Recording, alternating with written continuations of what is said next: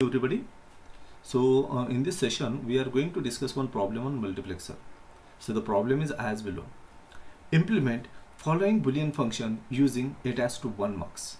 So here one Boolean function is given, f of abcd equal to summation m. What is meaning of summation m? Summation m indicate that all these are minterms, 0, 2, 4, 6, all these are minterms.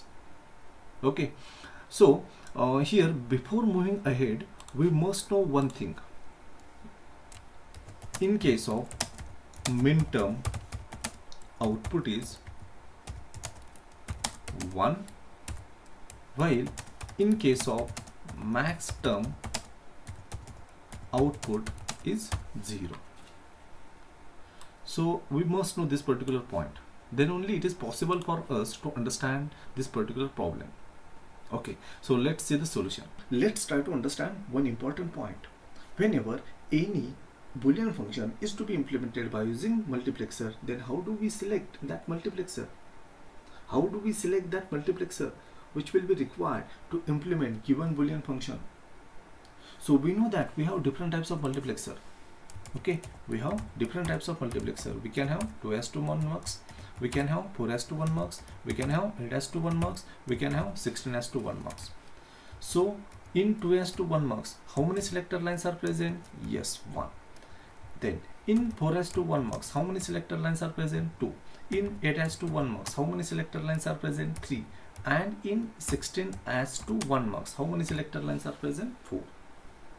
So the rule says that whenever any Boolean function is to be implemented by using multiplexer, then we should select the multiplexer that has number of selector line equal to number of input variable.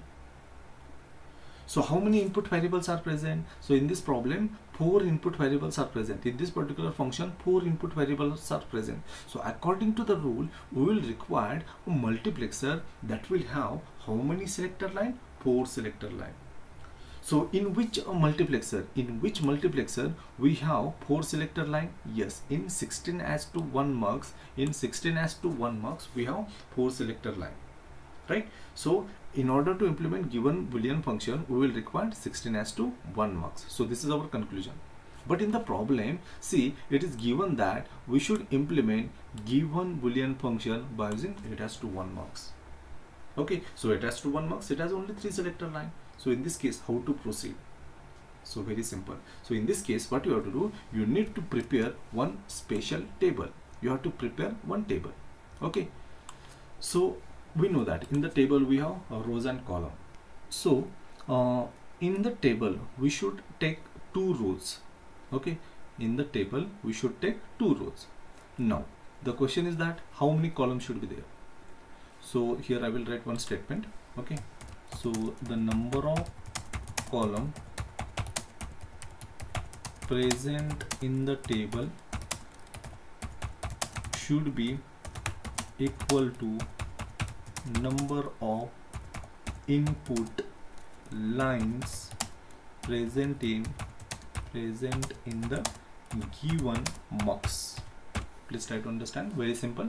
Okay, so in the table how many columns should be present? So the number of column present in the table, they should be equal to number of input line present in given mux. So which is our given mux? So in the problem it is given that implement this particular function by using 8:1 mux. So in 8:1 mux, how many input lines are there? I am not talking about selector line, I am talking about input line. So in case of 8:1 mux, we are having 8 input line, right? So that's why here I have prepared a table that has 8 columns. Okay, so please try to understand how to prepare this table. How many rows should be present and how many columns should be present? So number of rows should be 2. Okay, and number of column will depend upon number of input line present in our given multiplexer. So if given multiplexer is 4:1 mux, then we should prepare a table that will have 4 column. If our given multiplexer is 16:1 mux, then we should prepare a table that will have 16 column. I hope it is clear to you. Now let's move ahead. Let's give label to the rows and column of this table. So what should be the label of the row? Simple. So just look at this input variable. Okay, so here we have 4 input variable a, b, c, d. So for some time assume that this is our number, binary number a, b, c, d. So here which is most significant bit? A. Okay, which is most significant bit? A. So what I will do, I will take this most significant variable, I will take this most significant bit. Okay, and see, I will label this first row as a dash. Okay, so a dash means a complement, right? So please try to understand from where this a is coming. So here I have observed this input variable, so here my most significant bit is a, so that's why I am going to label this first row as a dash. Okay, and the second row it should be labeled as a. Okay, now in same way, now what we will do, we will assign some label to the column. Okay, so how to assign label to the column? It's very simple. Okay, so let's take one variable, suppose d, so d0, right? So what is label of the first column? It is d0. So what will be the label of our next column? d1. Okay, so in same way we can assign labels to this remaining column. So d0, d1, after that of course d2, then next one will be d3, then next one will be d4, then d5, then d6, and finally d7, right? So please try to understand. Again I am repeating. So here what we did, we have given some label to the row and some label to the column. Okay, so how we have given label to the row? So while giving label to the row, simply we have observed our input variable. So in our input variable, which is most significant a bit, okay, that is a. Okay, so that's why I have labeled first row as a dash, that is a complement, and second row as a. Okay, now the next step is that we will give some label, we will assign label to each and every cell that is present in the table. So how many cells are present in the table? So there are 2 rows and 8 columns, so 8 into 2, that is 16 cells. Okay, so we will assign one number to each cell. Let's assign number to each and every cell. Okay, so this number should start from 0, so 0, 1. Okay, then label of this next cell, it should be 2. Okay, label of this next cell will become 3, then here it will be 4, then here it will be 5, then 6, 7, and this particular cell should be labeled as 8 and 15. Okay, so in this way what we did, we have assigned label to each and every cell.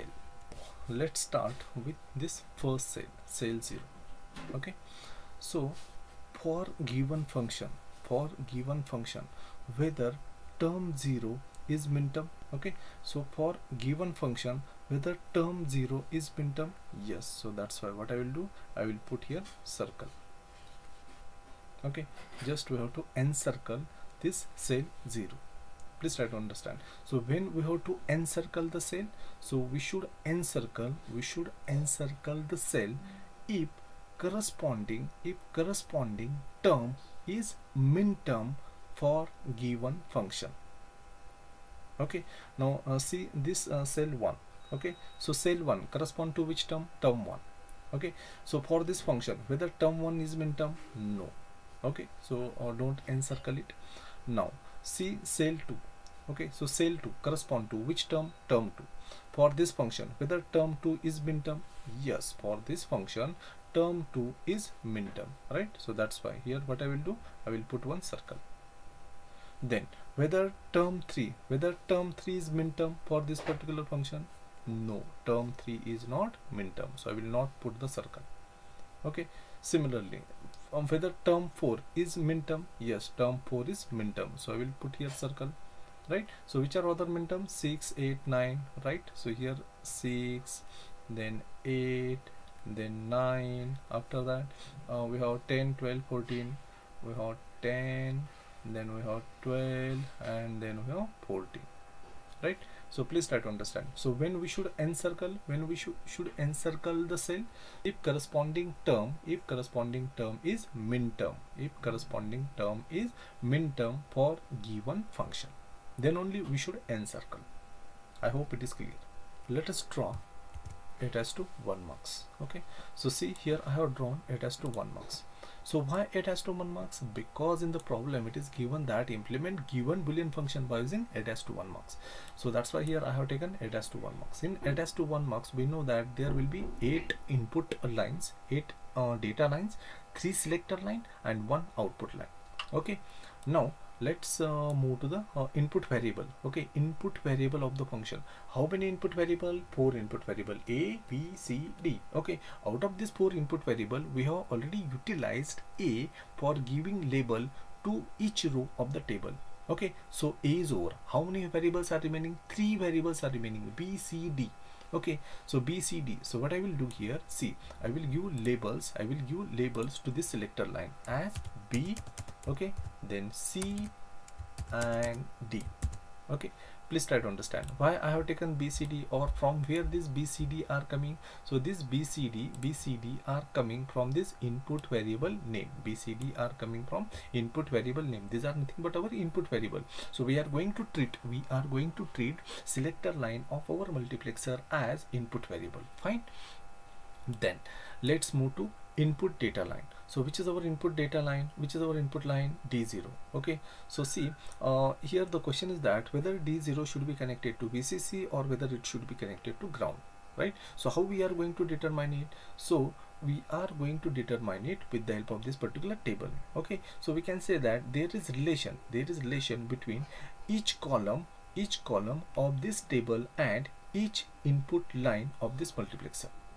Fine. So I can say that D0 input line is related with D0 column. D1 input line is related with D1 column. Okay. So for determining whether D0 should be connected to VCC or ground, what I will do, I will simply take help of which column? This D0 column. Okay, I will observe this D0 column. So in D0 column, how many circles are there? 2 circles are there. So if there are two circles in some column, then corresponding data line should be connected to VCC. Okay, very simple. So what rule says? If in some column we have 2 circles, then corresponding data line of multiplexer should be connected to VCC. Okay, so in D0 column I can find 2 circles, so that's why D0 line should be connected to VCC. Simple.